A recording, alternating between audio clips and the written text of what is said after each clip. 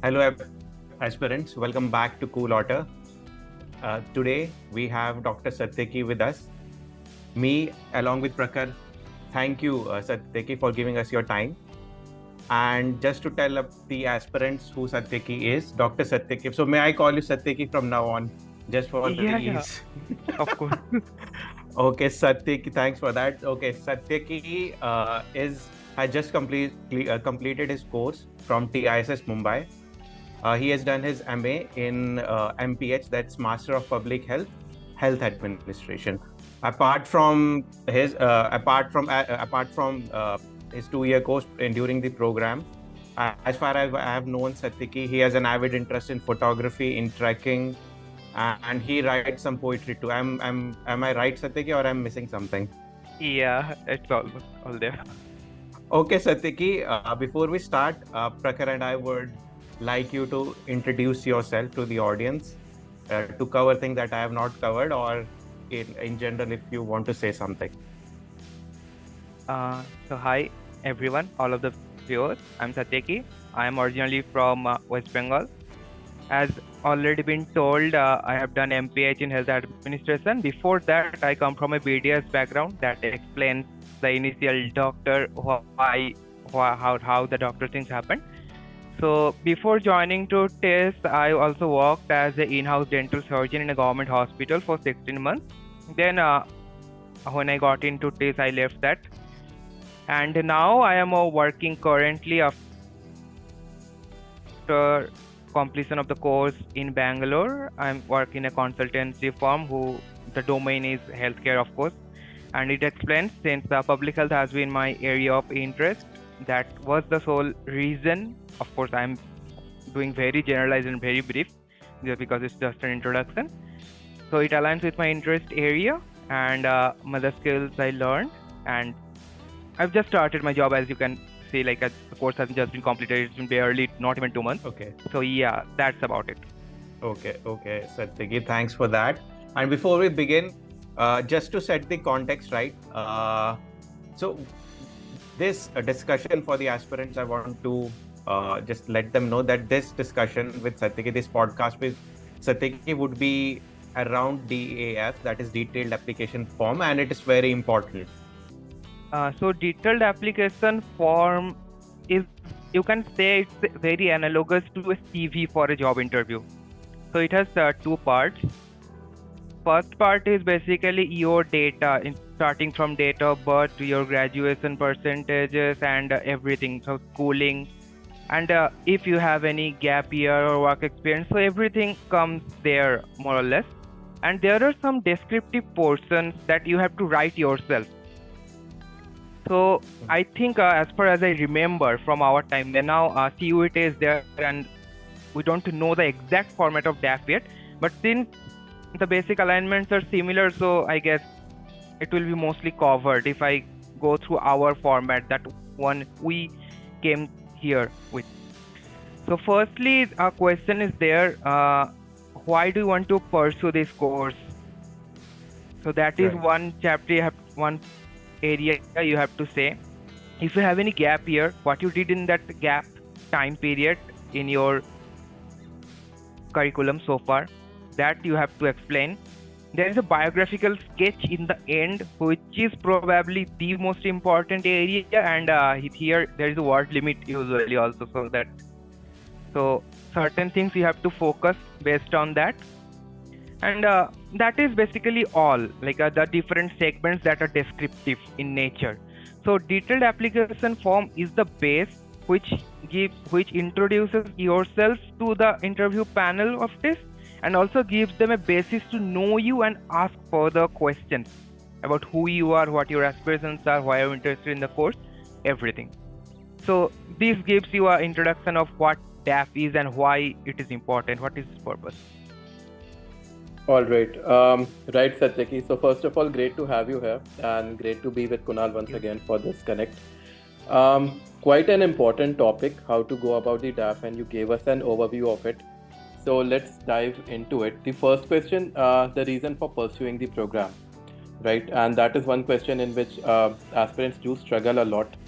So because at most of the times the previous work or previous education is not a natural continuity of what they're wanting to do in the program, right? So what would be your suggestion on how to approach this question, and what are the different strategies which they can make to bring out their story in a more natural form? Yeah. So Prakhar said something very important while asking the question. Bring out your story in the most natural form, right? Remember this, audience. So DAF is a way to introduce yourself. DAF is not just a formal CV. You can go create. There is no hard and first rule of how a DAF should be.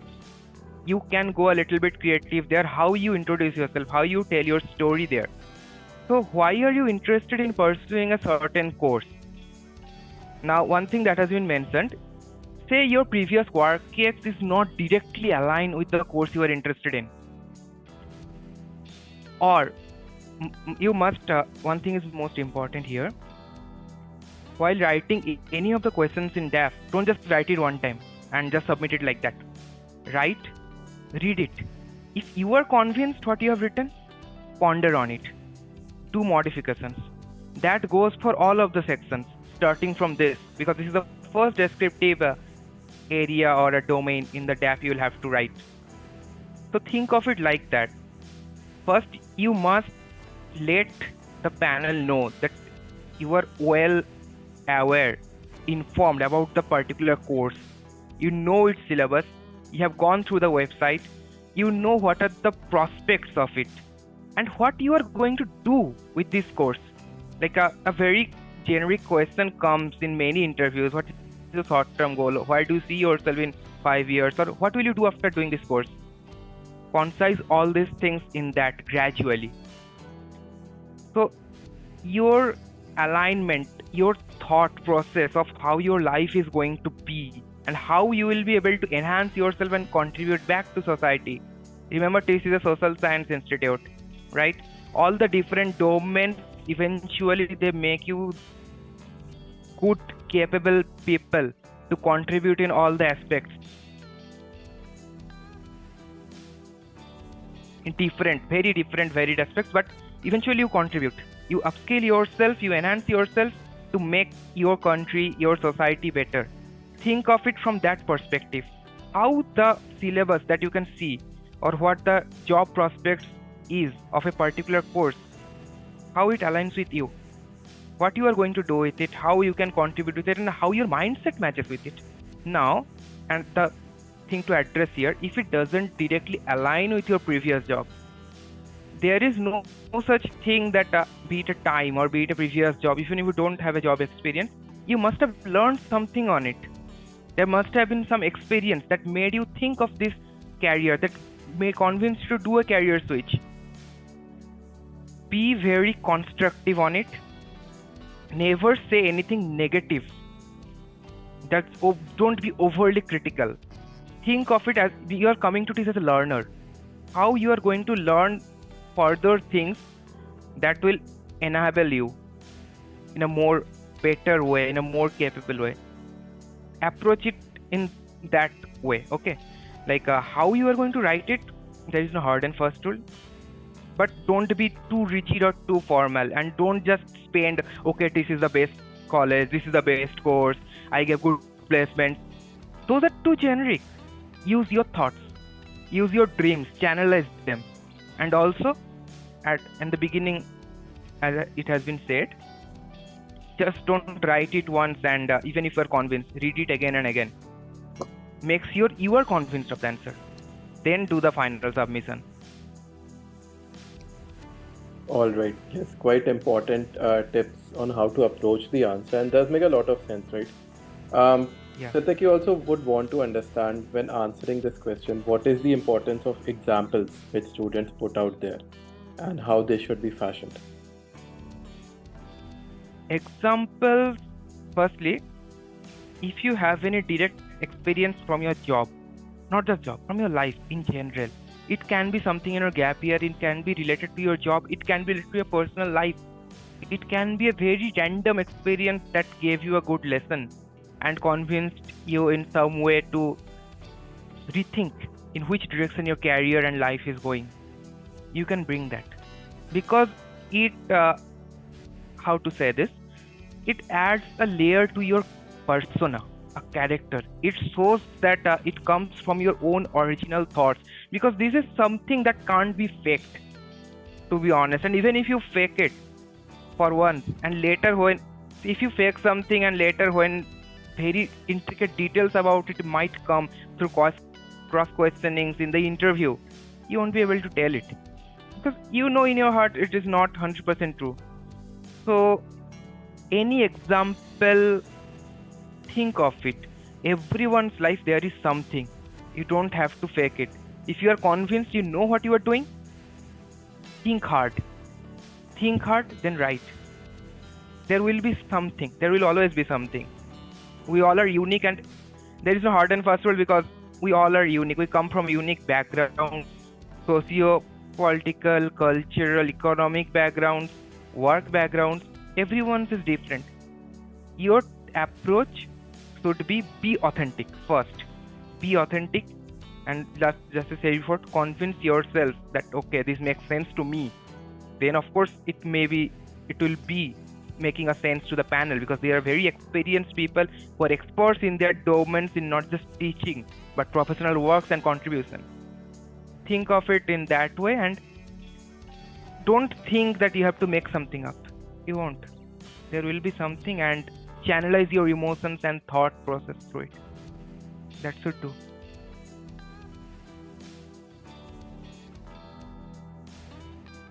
Yes, Satyaki, I think that is very relatable. And like when you were explaining things, I think that gave, I think for me and Prakhar would also, I would have written that gave a vibe of a hand holding, that you were hand holding the aspirants, that what to do, and that you clearly stated of what to do, the list of do's and don'ts. I think that would be very helpful for the aspirants. Satyaki, from what you are saying, that you have to narrate a story, that our story, and how is it linked to the broader vision of why we are going to TISS and what exactly we will be achieving it. So could you share some light, or you could share some tips particularly for the aspirants? Because earlier you mentioned sometimes, like my experience may not be directly aligning with the course, but there must be some aspects of it in my work experience, or during my internships, or during my previous course, that must be a bit linked to the course that I'm going into. So how to make that story more engaging, so that it creates a hook in the minds of the interviewer, and it creates a sort of interest, a sort of connect between the interviewer and interviewee, and gradually there must be some way forward to it, like how to make that a sort of connect, how to make that story a bit engaging. First thing I'd like to say, just already mentioned before, that what you will be telling there, what you will be writing there, you have to believe it yourself first. You have to be very convinced of it, so that you know all the intricate details about it. It should be personal. Okay. There is no scope of fabrication. It should be personal, totally. And there is no restriction where it should come from. Let's say family, personal life, work, passive experience. It can be anything. How to make it more engaging is a very important thing, because see, DAF in DAF, it is something that gives you a template of what questions might be asked to you by the panel. Right. So based on how you are writing it and what area you are focusing on, there is a very good chance you may be able to direct panel to ask something that you are expecting. If it's a personal, if the details are intricate, you will have no trouble going about it. Think of it like this. Even if they are just questions about your aspirations, your career goals, how you are going to, why you are taking this course, and what are you going to do with it, even if 30 minutes goes just on that, you should be able to carry it forward without stuttering, without overthinking anything, because it is a personal thing. You just know it in your heart. Be authentic. That is the first thing I would say.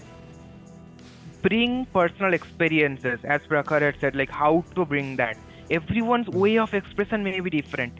The panel appreciates diversity. The panels are looking for, they don't have any particular preference. Like, you have to be this, you have to be that. Wherever you are coming from, you have to be dedicated, convinced, and you have to make sure what you are doing makes sense. You are not just randomly scattering something. Say, for example, don't lie about a gap year. Gap year may be something you think you haven't done much productive work. It may be something you spent in a entrance examination. It can be a medical emergency. It can be a family thing. Or you may have been, work doesn't count as a gap year, of course. So, but think of it like this. No time period in our life is a real waste. You always learn something from it. And you take it forward. It helps in your character development, in your development of thoughts. Think of it like that. So when you are talking about anything personal, first be authentic. That reduces a lot of reading over and over because you don't have to fabricate anything.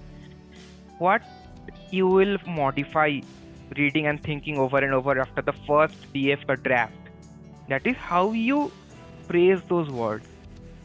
The more you read it, the more you tell, maybe practice with someone who knows it, you will see that, okay, am I being able to making it clear what is in my head? Because see, expressibility is not everyone's strong suit. But with practice it comes. So this is a good starting point.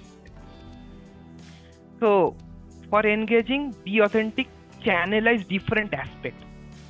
What happened? What you did? When you did is not very important. What you did and what you learned from it. Why it stepped your thought the way it did. Now, in personal things, you don't have to go into like very TMI sort of thing. The panel knows. They will nudge you in the proper way. Channelize your emotions and thoughts. Try to make them concise as much as possible because it gives the panel to ask and explore you in further ways. Remember, if an interview is going well, if the panel is interested in you, they will keep asking. The more varied and broad aspects will be covered in the interview and you won't have much trouble talking about it, even if to the finite, like intricate details. All right. Yes, that makes a lot of sense. Quite in-depth aspects on what should go into writing a well-rounded, comprehensive draft. Satyaki, one thing which we would want you to touch upon is how things should be fashioned for a fresher who does not have a work ex, right? So there is a specific question dedicated on the previous work ex which the aspirant has done relevant to the field of study. So if someone is a fresher, how should they approach the question? Should they leave it blank altogether, or is there something which they can do about it? Now, in previous work ex, technically from my preparation times, what I remember, you can, I don't think internships may count, okay, like big internship experiences, especially larger ones. You can talk about it, but firstly, if someone is fresher, don't think you are inferior, okay? Like, of course, every course has its own way of analyzing people. For every course, the eligibility is different because purpose of the course is different. So don't compare inter-course. What course you are vying for, think on that. If you are a fresher, you don't have anything to talk about your work ex, fine. But doesn't mean you don't have any experience. You have experience through your curriculum. You have experience through your life. What made you take up that course, this particular course you are applying in TISS? Where is it coming from? What nudged you this way? And what is this big idea that what you will do after doing this course? Like I have told previously, focus on that. Focus more on that. Just run your imagination, run your aspirations on that front. That how this course will enable you to contribute and elevate yourself. Read about the course, read about the individual syllabi, the subject, and every other opportunity that this course might provide you. and align your thoughts on that. How it will help you. Work ex, fine. You don't have any work ex, that is totally fine. Just don't think that, okay, I don't have work ex, I have to think too much on it, I have to make up something. Don't do that. Don't do that. Be authentic. That is the first criteria of everything, because you can't fool the panel. Panel is very experienced, and what they want from you, they will bring it out of you. You just have to prepare your data repository and the way you express it. Way of expression starts from writing the DAF. Because writing in interview, there is a time shortage. You have to do everything in a very organized, proper way. In DAF, you are getting time. You get a time period, a window to like write, rewrite, and finally submit it. So make sure, if you write your DAF very good way, the interviewer, even if you stutter a little bit, or maybe get lost for 5 seconds, they will know that this is not a genuine weakness. It is just the pressure or something like that. They are considerate enough for that. You already have the DAF to cover it for. They will know what you are trying to say. So focus on DAF first. Thanks, Satyaki, for that. That was really comprehensive, and I'm sure aspirants would derive much meaning out of it, and it would be really helpful for them when they would be writing their DAFs in days to come. Satyaki, before going to the end of this section, I would like to know for the aspirants, what are the 3 points or 3 tips or 3 things that while writing DAF they should keep in mind? If you could briefly touch upon 3 things.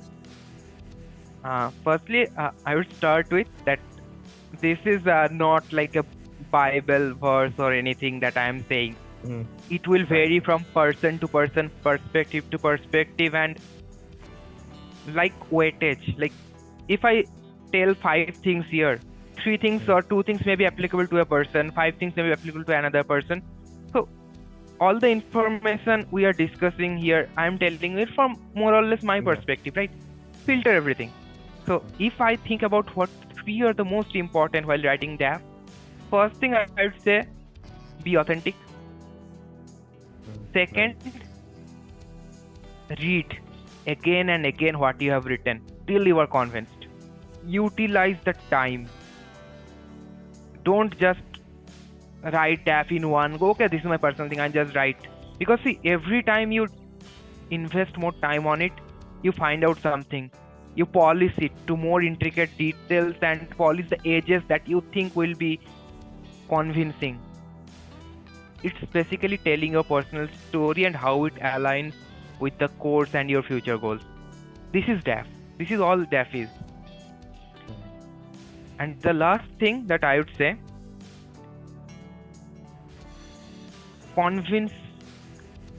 you have to convince the panel, right? And yeah, last thing I would say this, be tactical. There is a good chance what you write in DAF can give direction where your interview questions, personal interview questions are heading. Depends, say I come from a health school course, so it's all about public health, how to enrich the population, how to better their outcome or their experiences and everything. So I approach it like that. I come from a all medical background, so how I think my learnings has been, how I can do something better from the population, and how my experience convinced me in some particular incidences that okay, so this is something that needs to be worked upon, and this aligns with my passion, and I will be doing this. So this is my case. I come from a medical background. I am vying for a public health course. Think on this front, where you are coming from, which course you are vying for. Align your thought on that. And DAF can be a very good, just like I said. The third thing is most important for me because it worked for me. You can, to an extent, predict what questions you are going to get asked based on how and what you are writing in DAF. How is very important. That is probably some other topic because it's part of personal interview also. It's not just about TAS. Okay, so I'm not going there. But yeah, that's about all. Be authentic, practice, utilize time to polish it, use, be tactical. Think when you are practicing that, think what cross questions may be asked from it, because that is the base. Basic questions are same, maybe everything will ask the same. Don't just focus on okay, best college, best course, good package. Just get out of that box. If possible, don't touch those boxes. Try thinking outside those. There will be plenty. Each individual is very unique. There will be plenty that you can align with. Be confident. Don't have this lack of confidence. Oh my god, I don't have work yet. Oh my god, I have a gap year. Don't think of that way. Every aspect of your life that has led you to that way to getting selected for this DAF and interview, it has contributed in some constructive way. That is why you are here. Channelize that. Resonated with Prakhar and me, and you have really illustrated the art of writing draft in the form of an acronym as far as can remember. ART. A, you said that be authentic. R, you said that read and reread your draft, and T, you said to be tactical. So that's pretty much covers as far as we are concerned. In the end, I think, and apart from all this, how was it like to be at TISS Mumbai? Well, where to start and where to end, I don't know. I'll say just one thing. It has been an immense learning experience in my life. This is not just where you learn from the best faculty. You get to interact with people from all over India. You learn from newspapers and social media and news, you learn something. Here, just even outside course, it is a great way to learn real things from real people, interacting with your friends, making acquaintances, talking, discussing, debating. This gives you not just India, good international exposure, to be honest, I will say, if you are open to it. There will be lots of agreements, disagreements, learning, upscaling, everything. And it's a personal journey. Focus on learning. TISS is that. If you are good enough, you will be good enough if you utilize it. Don't think of where I will end up, where I will start, what my future will be. Those things will take care of yourself. You just focus on making yourself capable, and in the campus experience, learn from each other. You don't have to go learn, just the interactions are so enriching. And TISS has this thing, I don't know, this is my takeaway. Most typical TISSians, they do good, they become better by uplifting each other, they help each other. This is why wherever you go, you find TISS alums helping with your, starting from just when they pass out. See, these people here, even as a student, as a recent pass out, they are utilizing time to help others, to inform others better so that they can prepare, be informed and doing. This is TISS. This is what TISSians do. You will never be sort of helped from TISS. In course, there will be mentors. There will be other seniors who will be personally guiding you. They will be there for all the way.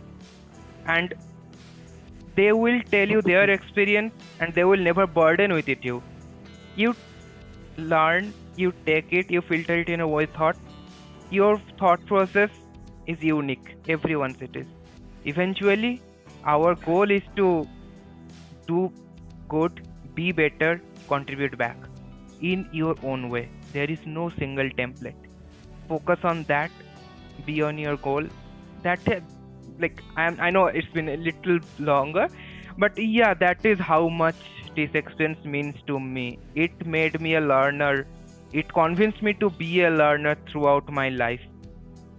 That is the best thing I would say about my TISS experience. All right. Yes, that is something which is very particular about Satyaki. He is a great helper. remember meeting him for the first time when he volunteered to take photographs for us, and did it again and again. So thanks, thanks a lot, Satyaki, for joining us for this podcast. It really means a lot for the aspirants and for us as well to have you here.